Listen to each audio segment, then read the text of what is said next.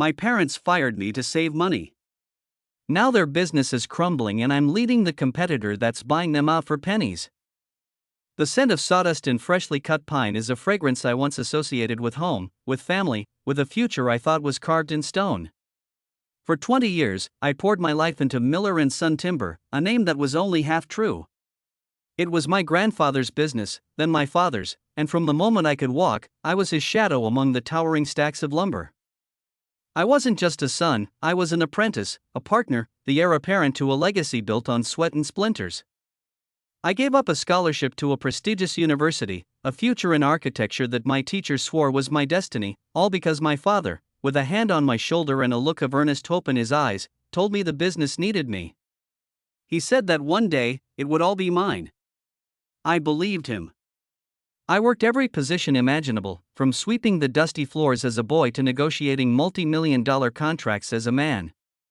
I modernized our operations, bringing in digital inventory systems that my father scoffed at until they tripled our efficiency. I cultivated relationships with suppliers and clients, turning handshakes into long-term partnerships. I knew every knot in every plank of wood, the subtle differences between oak and maple by scent alone. The business wasn't just my job, it was my identity. My parents, on the other hand, saw it differently. As they grew older, they became more and more disconnected from the daily grind, preferring long vacations and the comfort of their newly renovated home, a home the business had paid for. They saw the company as a well that would never run dry, a golden goose that would forever lay eggs. They started drawing larger and larger salaries, treating the company coffers as their personal bank account. I was the one who had to juggle the books, to explain to our employees why we couldn't afford raises while my parents were cruising the Mediterranean. The tension was a silent, splintering thing, growing between us with every extravagant purchase they made. The breaking point came on a Tuesday. I remember the sterile, impersonal feel of the lawyer's office they had summoned me to. My father, a man whose hands were usually calloused and stained with wood varnish, looked soft and unfamiliar in his tailored suit. My mother, who rarely set foot in the lumberyard, sat beside him, her face a mask of detached sympathy. They told me the business was struggling, that they needed to make tough decisions to stay afloat. They said my position, my salary, was an expense they could no longer afford. They were firing me. To save money. The words hung in the air, thick and suffocating. I looked at my father, searching for a flicker of the man who had taught me how to drive a forklift, who had celebrated with me when we landed our first major contract. I found nothing but a stranger, his eyes cool and distant. They were replacing me with a junior manager, someone they could pay a fraction of my salary. They were saving money by cutting out their own son. The betrayal was a physical blow, knocking the wind out of me, leaving me gasping in the ruins of the future I had so carefully built. The first few months were a blur of anger and despair. I was adrift, stripped of my purpose. The scent of pine, once a comfort, now made me physically ill. I watched from afar as the business I loved began to falter. The junior manager, though competent, lacked the deep, intuitive knowledge of the industry that I possessed. I heard whispers from old contacts, stories of missed deadlines, of unhappy clients, of a general sense of chaos that had descended upon Miller and Son Timber. My parents, in their blissful ignorance, continued their lavish lifestyle, oblivious to the cracks forming in the foundation of their empire. It was during this time that a new opportunity arose, a lifeline thrown to a drowning man. A rival company, a sleek, modern operation called Apex Timber, approached me. They had heard of my work, of my reputation. They offered me a position, a chance to build something new, to use my skills and knowledge for a company that valued them. I hesitated, the thought of competing against my own family a bitter pill to swallow. But the memory of my father's cold eyes, of my mother's detached sympathy, fueled a new fire within me. I accepted their offer. At Apex, I thrived. I was given the freedom to innovate, to implement the ideas that had been dismissed at my family's company. I worked tirelessly, driven by a need to prove my worth, to show my parents what they had so carelessly thrown away. We grew, expanding our market share, securing contracts that had once belonged to Miller and Son. I never spoke to my parents, the silence between us a vast, unbridgeable chasm. But I heard the news. Their business was crumbling. Key employees, loyal to me, had left. Clients, tired of the declining quality and service, had taken their business elsewhere. My parents, finally forced to confront the reality of their situation, tried to salvage what was left. They poured their personal savings back into the company, a desperate attempt to plug the holes in a sinking ship. But it was too little, too late. The final, crushing blow came in the form of a massive, unfulfilled contract, a contract I had warned my father about, a contract he had arrogantly dismissed my concerns over. The penalties were catastrophic, pushing them to the brink of bankruptcy. And that's when the first twist in this story of splintered loyalties occurred.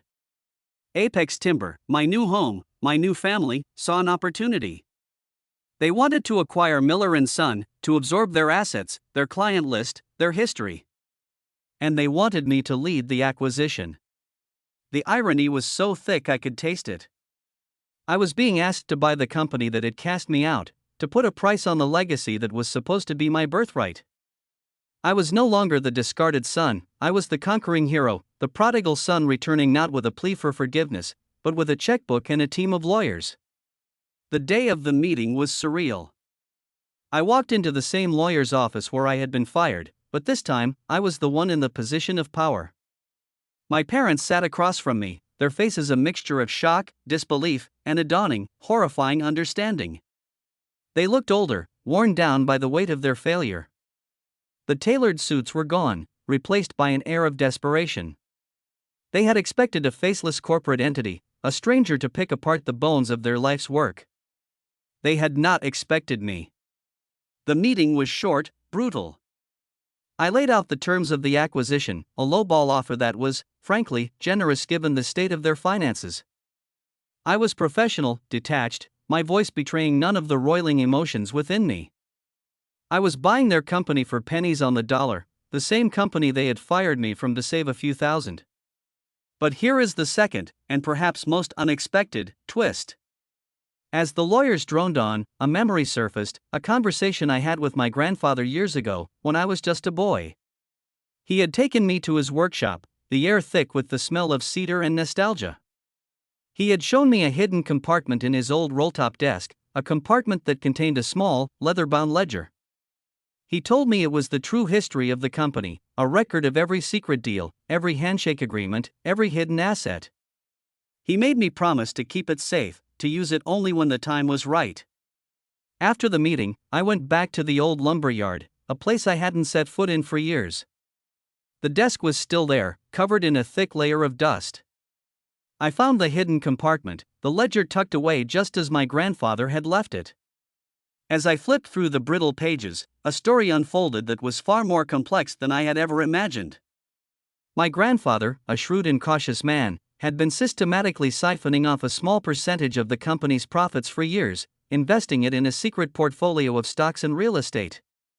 He had seen my parents' profligate ways, their disregard for the future of the business. He had created a safety net, a hidden fortune that was now worth millions. And in a handwritten note, tucked into the last page of the ledger, he had left it all to me. He had named me the sole beneficiary, with a single, simple instruction, to be used to protect the family legacy, no matter the cost. The revelation hit me with the force of a physical blow. My parents hadn't just fired me, they had been unknowingly squandering a fortune that was rightfully mine. The final twist, the one that changed everything, was not that I was buying their company, but that I was buying it with their own hidden money. The next day, I called another meeting. I walked in not as a representative of Apex Timber, but as the true owner of Miller & Son. I presented the ledger, the stock certificates, the property deeds. The look on my parents' faces was a symphony of emotions, confusion, denial, anger, and finally, a crushing, soul-shattering realization. They had not just lost their business, they had lost everything. I now hold the fate of my family, of their legacy, in my hands. I could walk away, let them face the consequences of their actions, leave them with nothing but the bitter taste of their own betrayal. Or I could honor my grandfather's wishes, protect the family legacy, and rebuild what they had so carelessly destroyed. The scent of sawdust and pine no longer fills me with pain, but with a sense of purpose. It is the scent of a new beginning, of a future that I will now carve for myself, on my own terms. The choice is mine, and for the first time in a long time, I feel free.